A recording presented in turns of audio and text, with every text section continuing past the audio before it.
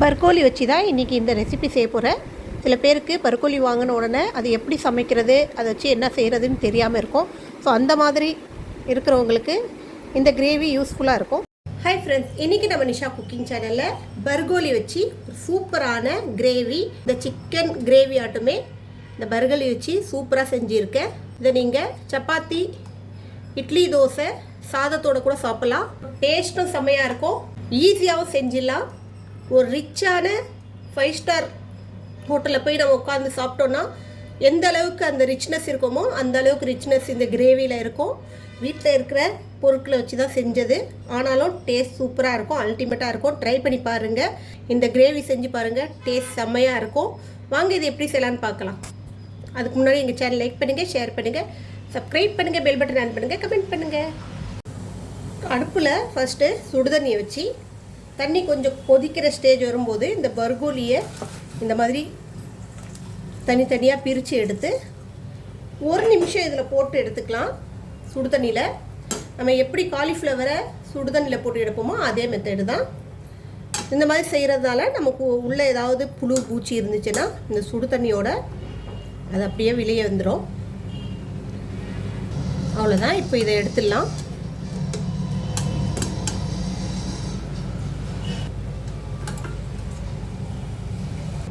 ஒரு பவுலில் கொஞ்சோண்டு தண்ணி வச்சு தண்ணி கொதிக்கிற ஸ்டேஜ் வரணும். இப்போ இந்த ஸ்டேஜில் ஸ்டவ் ஆஃப் பண்ணிவிட்டு முந்திரியும் கட் பண்ணி வச்சுருக்கிற வெங்காயமும் இதில் போட்டு ஊற வைக்க போகிறேன். ஸோ முந்திரி ஒரு 10 கிராம் அளவுக்கு எடுத்துக்கோங்க. நான் ஒரு பெரிய சைஸ் ஒரு பர்கோலி எடுத்தேன், அதுக்கு தகுந்த மாதிரி நான் இதுக்கு மசாலா சொல்கிறேன். மீடியம் சைஸில் 2 வெங்காயம் எடுத்துக்கோங்க. இது எல்லாத்தையும் இதில் போட்டு ஊற விட்டுடலாம்.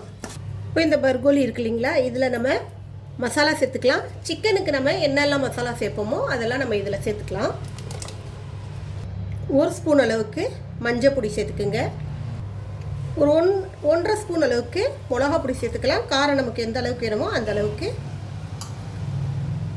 1/2 ஸ்பூன் ஜீரகப்பொடி, 1/4 ஸ்பூன் அளவு கரம் மசாலா, 1 ஸ்பூன் இஞ்சி பூண்டு விழுது, 2 ஸ்பூன் கார்ன்ஃப்ளவர் மாவு,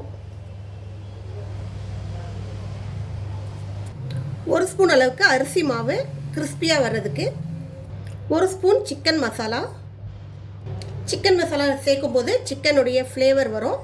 இதுக்கு தேவையான அளவு சால்ட்டு, உப்பு சேர்த்துக்குங்க. இப்போ இதை மிக்ஸ் பண்ணிக்கலாம்.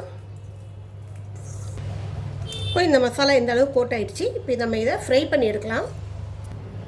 அடுப்பில் எண்ணெய் சட்டியை வச்சு எண்ணெய் ஊற்றிக்கிங்க. எண்ணெய் நல்லா சூடு வந்ததும் பர்கோலியை ஒவ்வொரு பீஸாக நம்ம சிக்கன் எப்படி பொரிப்போமோ அதே போல் எடுத்து போட்டு பொரித்து எடுத்துக்கலாம்.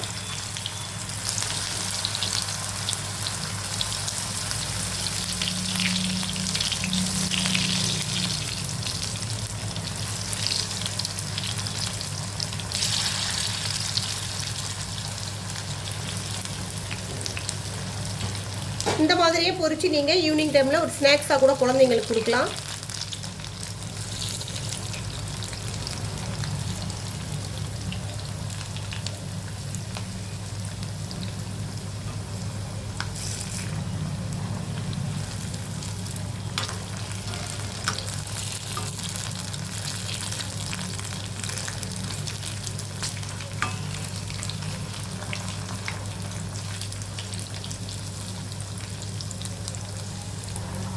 அவ்வளோதான். இந்த மாதிரி ஃப்ரை பண்ணி எடுத்துக்கோங்க. நம்ம சிக்கன் நார்மலாக சிக்கன் எப்படி ஃப்ரை பண்ணுவோமோ அதே போல் தான் இந்த மாதிரி நம்ம எல்லாத்தையும் ஃப்ரை பண்ணி எடுத்துக்கலாம். மிக்ஸி ஜார் ஒன்று எடுத்துக்கோங்க. நம்ம ஃபஸ்ட்டே ஊற வச்சு இல்லையா வெங்காயமும் முந்திரியும் அதை எடுத்து இதில் போட்டுக்கலாம். இப்போ இதோட 4 பச்சை மிளகா, நமக்கு எந்த அளவுக்கு காரம் தேவையோ அந்த அளவுக்கு சேர்த்துக்குங்க. ஒரு துண்டு இஞ்சி, ஒரு 10 பல் பூண்டு, இதை அரைச்சிட்டு வந்துடலாம். இப்போ நம்ம இதை இந்த அளவுக்கு அரைச்சாச்சு. இதில் கொஞ்சோண்டு தண்ணி சேர்த்து அரைக்கணும். நான் தண்ணிக்கு பதிலாக பால் சேர்த்து அரைச்சிக்கலாம்.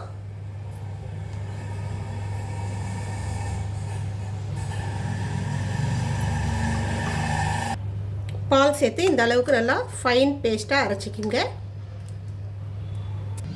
இப்போ அடுப்பு பற்ற வச்சு அடுப்பில் ஒரு பேன் வச்சுட்டு அதில் நம்ம பர்கோலி ஃப்ரை பண்ணோம் இல்லையா அந்த எண்ணெயை ஊற்றிக்கலாம்.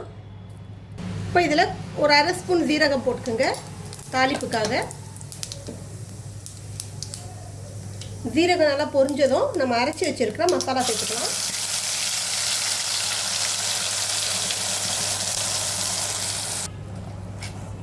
இப்போ இந்த மசாலாவை நல்லா இந்த எண்ணெயில் ஃப்ரை பண்ணிக்கோங்க.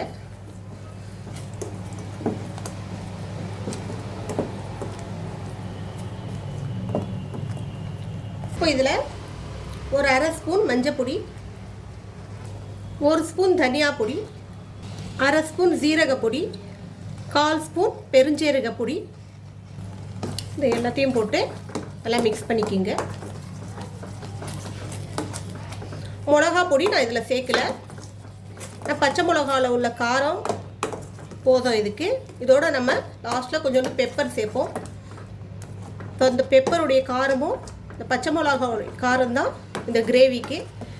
அதனால் உங்களுக்கு எந்த அளவுக்கு காரம் வேணுமோ அந்த அளவுக்கு நீங்கள் பச்சை மிளகா சேர்த்துக்கலாம்.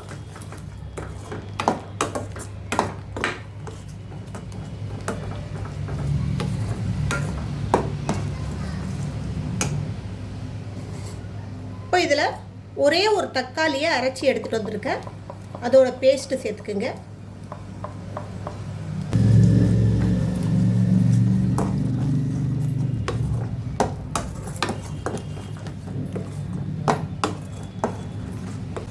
அடுப்பை லோ ஃப்ளேமில் வச்சு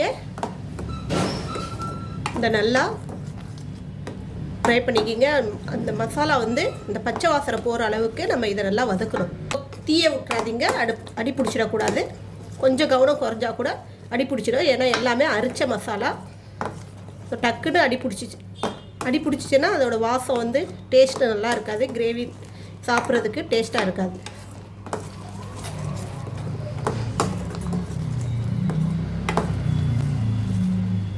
இப்போ இந்த கிரேவிக்கு தேவையான அளவு உப்பு சேர்த்துக்கலாம்.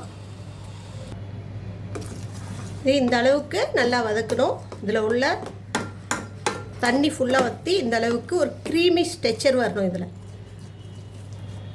இந்த அளவுக்கு இது நல்லா வதக்குனா தான் இந்த கிரேவி நல்லா ஸ்மூத்தாகவும் நல்லா டேஸ்ட்டாகவும் இருக்கும்.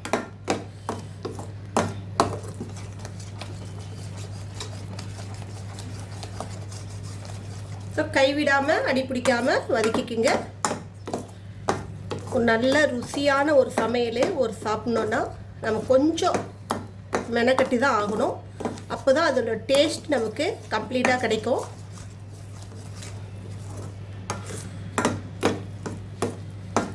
இப்போ இந்த ஸ்டேஜில் நம்ம இதில் தண்ணி ஊற்றிக்கலாம். நமக்கு எந்த அளவுக்கு கிரேவி திக்னஸ் தேவையோ அந்த அளவுக்கு தண்ணி ஊற்றிக்கிங்க.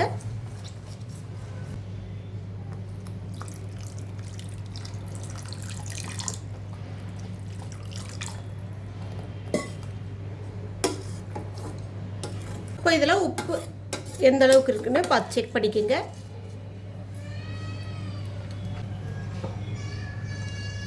எனக்கு கொஞ்சம் கம்மியாக இருக்கிறதுனால லைட்டாக கொஞ்சம் வந்து உப்பு சேர்த்துக்கிறேன். இப்போ இந்த ஸ்டேஜில் ஒரு அரை ஸ்பூன் அளவுக்கு மிளகு பொடி சேர்த்துக்குங்க.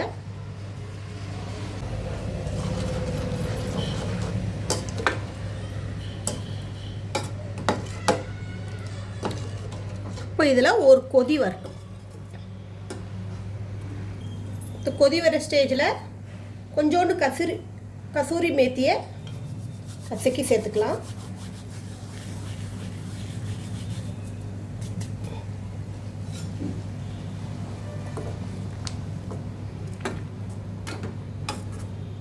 இதெல்லாம் சேர்க்கும்போது தான் நல்ல ஒரு ரிச்சான டேஸ்ட் வரும். ஸோ நார்மலாக நமக்கு எல்லா இடத்துலையும் கசூரி மேத்திலாம் இப்போ எல்லா கடையிலையும் கிடைக்கிது. கிடைக்காத பொருள் எதுவுமே கிடையாது.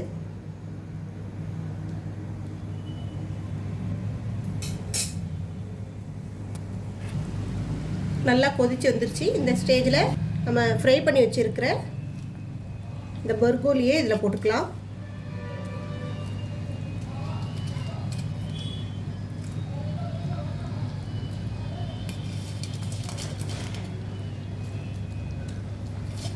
சிக்கன் கிரேவியே தோத்துடும், அந்தளவுக்கு டேஸ்ட் செம்மையாக இருக்கும்.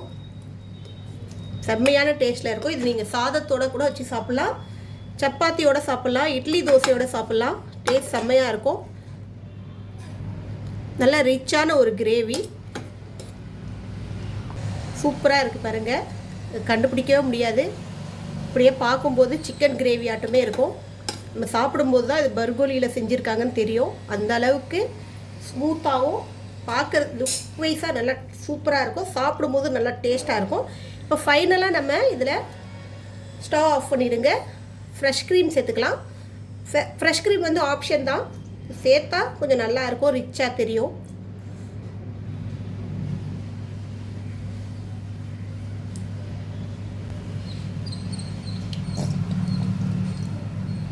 நல்லா சூப்பராக ரெடி ஆகிடுச்சு பாருங்கள். இதே போல் நீங்களும் ட்ரை பண்ணி பாருங்கள். பர்கோலி வாங்கினீங்கன்னா மாதிரி ட்ரை பண்ணி பாருங்கள். டேஸ்ட் செம்மையாக இருக்கும். வீட்டில் உள்ளவங்க எல்லாருமே விரும்பி சாப்பிடுவாங்க. ஒரு சிக்கன் வாங்கி நம்ம எந்த மாதிரி ஒரு கிரேவி, ஒரு சூப்பரான ரிச்சான ஒரு 5 ஸ்டார் ஹோட்டலில் செய்கிற கிரேவி ஆட்டமே செஞ்சுருக்கேன். ட்ரை பண்ணி பாருங்கள், சூப்பராக இருக்கும். எங்கள் வீடியோ லாஸ்ட் வரைக்கும் பார்த்து உங்கள் அனைவருக்கும் மிக்க நன்றி. இந்த ரெசிபியோடய உங்கள் சந்திக்க வரை உங்களோட விடைபெறுவது உங்கள் நிஷா. பாய்.